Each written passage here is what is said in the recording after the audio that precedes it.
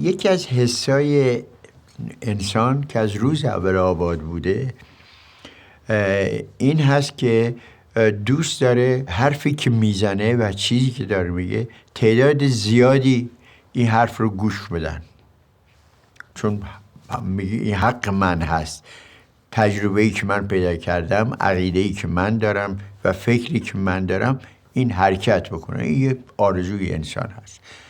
آرزوی دوم انسان حس کنجکاوی آدم هست که ببین بقیه چگونه فکر میکنن. باید این دوتا رو یه خورده بذاری کنار، پرده رو باز کنی و حرف بزنی. من توی مدرسه دینی نمیخوام اصلا بگم کجا و چی بود، توی مدرسه دینی داشتم حرف میزدم برای طلاب، جوان بودم.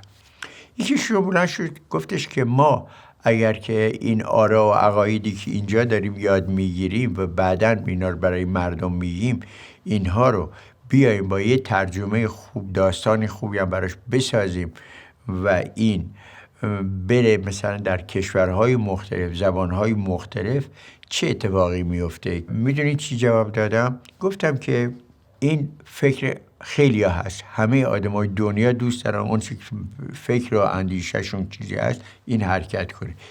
این اصلا هیچ ایرادی نداره، اما این اندیشه شما و اندیشه من این کاربرد محدود داره، برای یه عده خاصی هست. درست مثل این میمونه که توی یکی از مثلا شاخه‌های دین بودایی کتابی راجع به بودا و راجع به مسائلی که مربوط هست به اون دیگه این نوشته بشه، ترجمه فارسی خیلی قشنگی باشه، کتاب خوب باشه، این شما بخونید چه حالی بهتون دست میده؟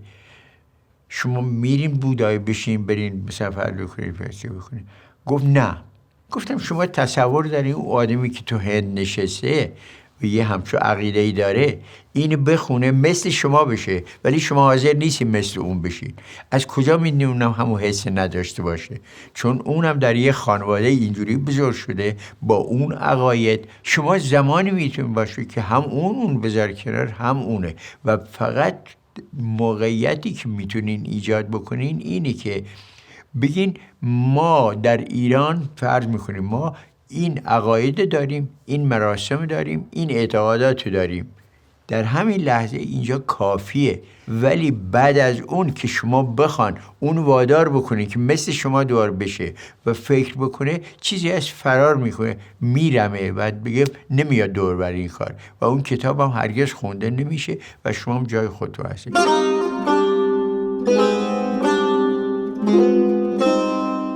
مسئله این نیست که ما بترسیم در این که بخوام از خودمون بنویسیم. من میگم به هر حال موقعیتی داره که شما وقتی که انسان‌ها یک چیزهای مشترک دارن، چیزهای مشترک در تمام دنیا هست، این چیزهای مشترک شما بگیرید. من باب مثل براشون مثل میزنم. خبرنگاری توی اتریش از من پرسید که این خمره‌ای که شما نوشتین از توش آب میخورن اتفاق افتاده؟ بچهای ما این خوشش اومده. اون شرایطی که شما اونجا برای آب خوردن دارید اصلا برای ما هیچ اتفاقی نمیفته. ما اینجا اینقدر آب میاد بارون یک ماهه اینجا قطع نمیشه. این چی هست که شما اومدی؟ گفتم من فقط اومدم بگم که ما چجوری آب میخوریم، آب از کجا میاریم. شما میگین آب توی لوله هست و میاد و ما شیر باز میکنیم و میریزیم تو لیوان داریم میخوریم. ظرفامون با هم فرق میکنه، حسامون یکیه. حس انسان بودن، حس این که مادر بودن، حس پدر بودن، حس بچه داشتن، حسای مشترک جامعه بشری رو وقتی که شما بذاری بدون این که بخواید کسی رو عوضش کنید و بگی این که هست تو نباش، این که من هستم باش، فرار میکنه. ولی در یک بگی من اینم، میخوای من ببینی ما موقع مثلا غذا خوردن از این غذاها استفاده میکنیم، ما چجوری زندگی میکنیم، هم برای شما یه سرگرمیه، هم اطلاعاتتون نسبت به ما ایرانی ها زیاد میشه. تا اینجای قضیه ما میتونیم جهانی بشیم، ولی از جایی که بگیم مثل ما باش هیچ عنوان نمیشه.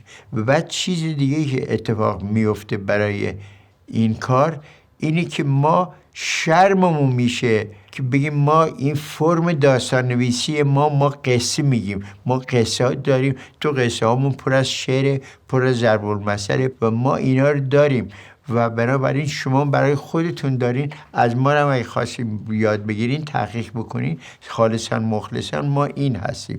به هیچ عنوان توی این چیزی نذارین که جنبه آموزشی داشته باشه، از جنبه اطلاعاتی بر بالاتر و تبدیل بشه به این که ما مرکز جهانی و اون چی که فکر میکنیم فقط همینه و جور دیگه نیست.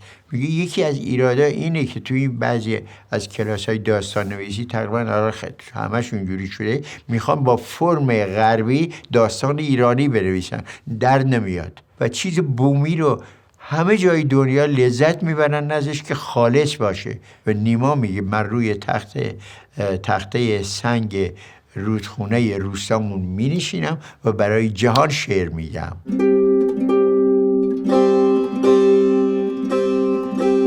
موضوعات جهانی از روز اول تغییر نکرده، فقط شکلشون تغییر کرده.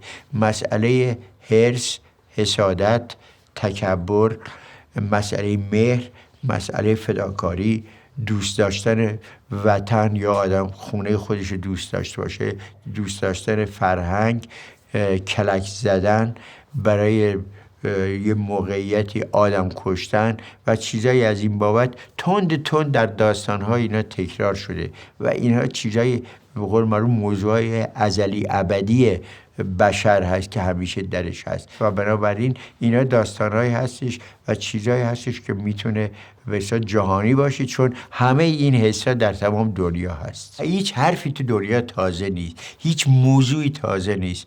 به قول سلیمان نبی میگی زیر آسمان کبود هیچ چیز اتفاق تازه‌ای نمیفته، همش داره تکرار میشه.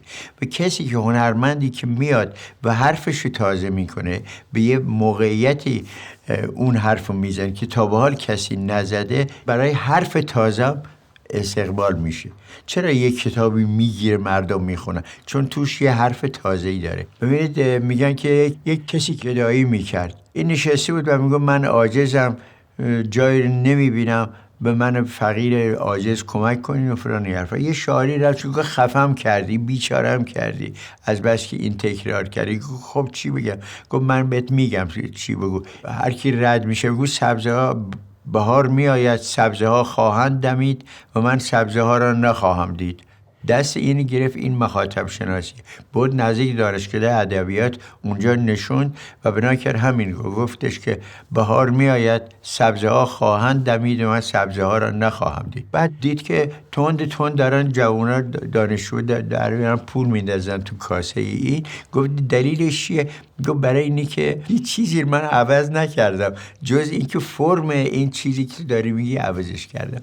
به هر حال هر کسی، نیمام اومد همین کار کرده، حرفی فردوسی زده دقیقا حرفی بود که قبلش زده شده، منتها هر کی اومده لباس تازه‌ای به این حرف کهنه پوشونده و اینو جذابش کرد.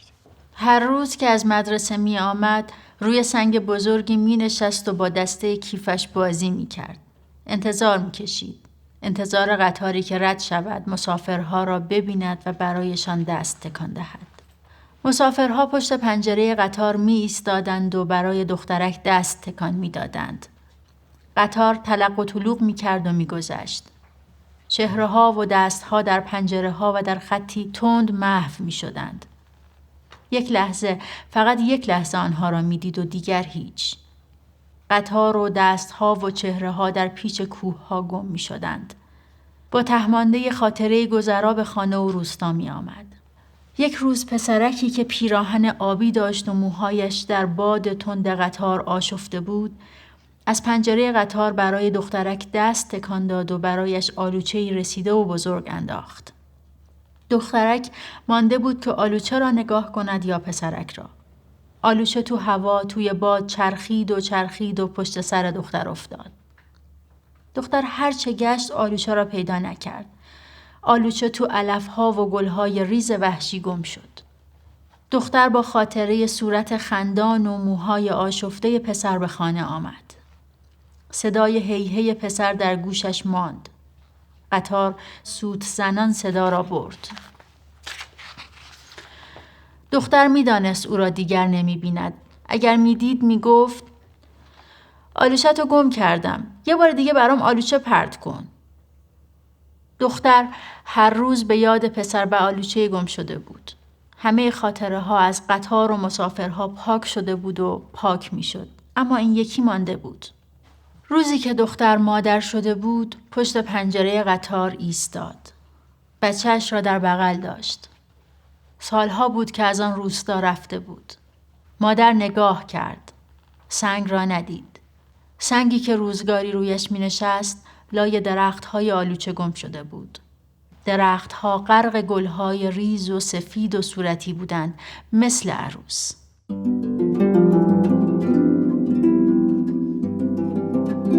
ترجمه از زمانی که به هر حال زبان‌های مختلف حرفی برای گفتن داشتن، چیزی بوده که حالا جنبه تفریحی و جنبه آموزشی و اطلاعاتی و همه اینها بوده. مترجمین کسانی پیدا شدن که هر دو زبان میدونستن، هم زبان مقصد و هم زبان مبدأ رو میدونستن و این کار رو انجام میدادن.